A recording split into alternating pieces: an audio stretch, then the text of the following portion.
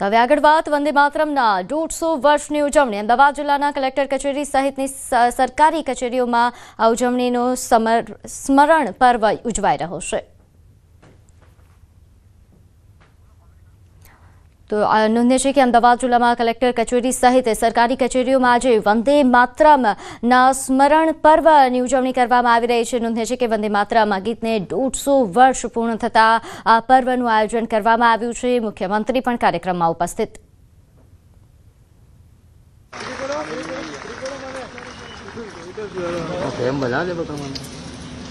શિયાળાની શરૂઆત થઈ ગઈ છે, થોડી ગરમી હજુ લાગે છે,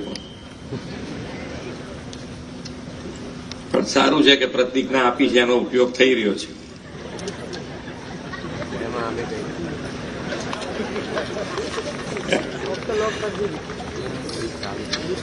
તમારી મુશ્કેલીઓનું ધ્યાન રાખવું અમારી ફરજ છે।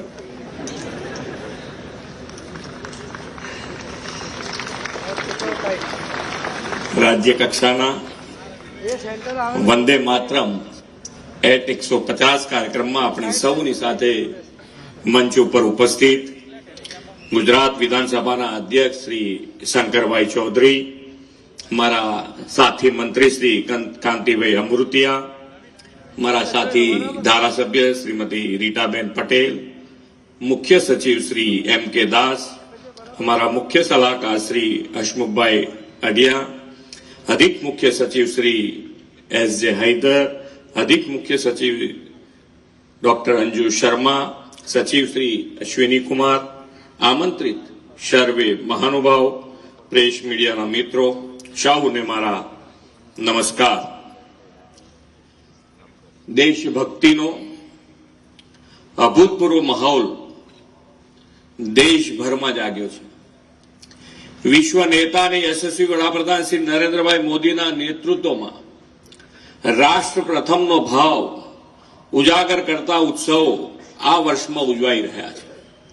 आ वर्षे सरदार साहेबनी जन्म जयंती 150मुं वर्ष, आदिवासीओना भगवान बिरसा मुंडाजीना जन्म जयंती 150मुं वर्ष, सुशासनना प्रणेता भारत रत्न पूर्व वडाप्रधान श्री अटल बिहारी वाजपेयीનું शताब्दी वर्ष અને આપણા બંધારણના અંગીકરણનું પણ 75મું વર્ષ આ વર્ષે ઉજાઈ રહ્યું છે। શ્રી મોદી સાહેબના નેતૃત્વ અને દિશા દર્શનમાં એક વર્ષ સુધી આવા સ્મૃતિ સમારોહની ઉજવણી થવાની છે। આવા રાષ્ટ્રીય ચેતનાસભર ઉજવણીમાં આજે વધુ એક ગરિમામય ઉજવણીનો અવસર છે। 1875 માં લખાયેલા આપણા વંદે માતરમ ગાનના 150 વર્ષ આજે પૂર્ણ થયા છે। તેની રાષ્ટ્રવ્યાપી ઉજવણી વડાપ્રધાન શ્રી મોદી સાહેબના માર્ગદર્શનમાં થઈ રહી છે। આ ગીત બંકિમચંદ્ર ચટ્ટોપાધ્યાયજી દ્વારા આનંદ મંથ નવલકથામાં પહેલીવાર પ્રકાશિત થયું હતું।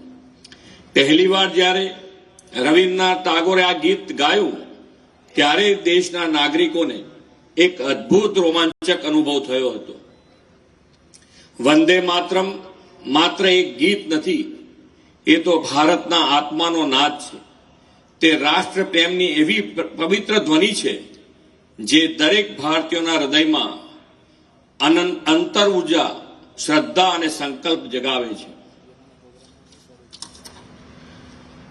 આ એવો ક્રાંતિકારી મંત્ર છે કે જેને બોલતા જ 140 કરોડ ભારતીયોના હૃદયના તાર રણઝણી ઉઠે છે અને માતૃભૂમિ પ્રત્યે વંદનનો ભાવ સમર્પણમાં પરિવર્તિત થાય છે। વંદે માતરમ એ રાષ્ટ્રગીત તો છે જ, પરંતુ પ્રેરણા ગીત પણ છે જેને સ્વતંત્રતા સંગ્રામથી લઈ આજ દિવસ સુધી સૌના હૃદયમાં એક આગવું સ્થાન બનાવ્યું છે। વંદે માતરમના રચયિતા શ્રી બંકિમચંદ્રની નાનકડી દીકરીએ તેમને પૂછ્યું કે તમે માતૃભૂમિની સ્તુતિ કરો છો તે કેવી છે તે મને કહો।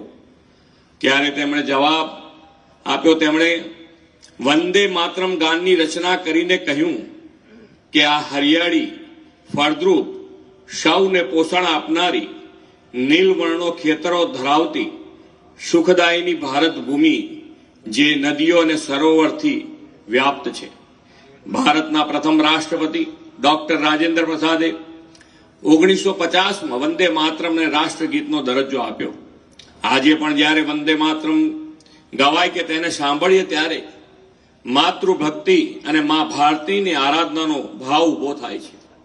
વડાપ્રધાન શ્રી મોદી સાહેબના શબ્દોમાં કહીએ તો વંદે માતરમ એ આપણી આન બાન અને શાન છે. વંદે માતરમ શબ્દો નથી, પરંતુ આપણી આઝાદીનો ધબકાર છે. વંદે માતરમ એ વિકાસનો રાજમાર્ગ છે, સંકલ્પિત રાષ્ટ્ર જીવનનો મહામાર્ગ છે. આદરણીય વડાપ્રધાન શ્રી નરેન્દ્રભાઈ મોદી તમ હિ પ્રાણ શરીરે એમ કહીને પ્રત્યેક શ્વાસમાં ભારતી માટે સમર્પિત રહીને એક આદર્શ જીવન જીવવાનું ઉદાહરણ સમગ્ર દેશવાસીઓને આપી રહ્યા છે. વંદે માતરમ ગીતમાં મા ભારતીની જે કલ્પના કરવામાં આવી છે તે સુજલામ સુફલામ સાથેની દરેક વાતને સાકાર કરવા માટે આદરણીય નરેન્દ્રભાઈએ તમામ પગલાં લીધા છે. ગુજરાતમાં પંચામૃત શક્તિની વાત હોય, કન્યા કેળવણીની વાત હોય કે પછી ગરીબ વંચિતોનું કલ્યાણ હોય, સૌનો વિકાસ અને સુખ સમૃદ્ધિની ભાવના વંદે માતરમમાં રહી છે. વડાપ્રધાનશ્રીના પ્રયાસોથી ફરી એકવાર આ વંદે માતરમ ગીતના શબ્દોને જીવવાની પ્રેરણા આપણને મળી છે. આ પ્રેરણા દ્વારા આપણે સૌ સ્વદેશીને બળ આપતા આત્મનિર્ભર ભારત બનાવવાની દિશામાં આગળ વધીએ. સ્વદેશીને વંદે માતરમ ગીત સાથે સીધો સંબંધ છે. 1906માં ગુજરાતમાં અમદાવાદ ખાતે સ્વદેશી ચીજ વસ્તુઓનું પ્રદર્શન યોજાયું ત્યારે ગુજરાતની ધરતી ઉપર સૌ પ્રથમવાર વંદે માતરમ ગાવામાં આવ્યું હતું.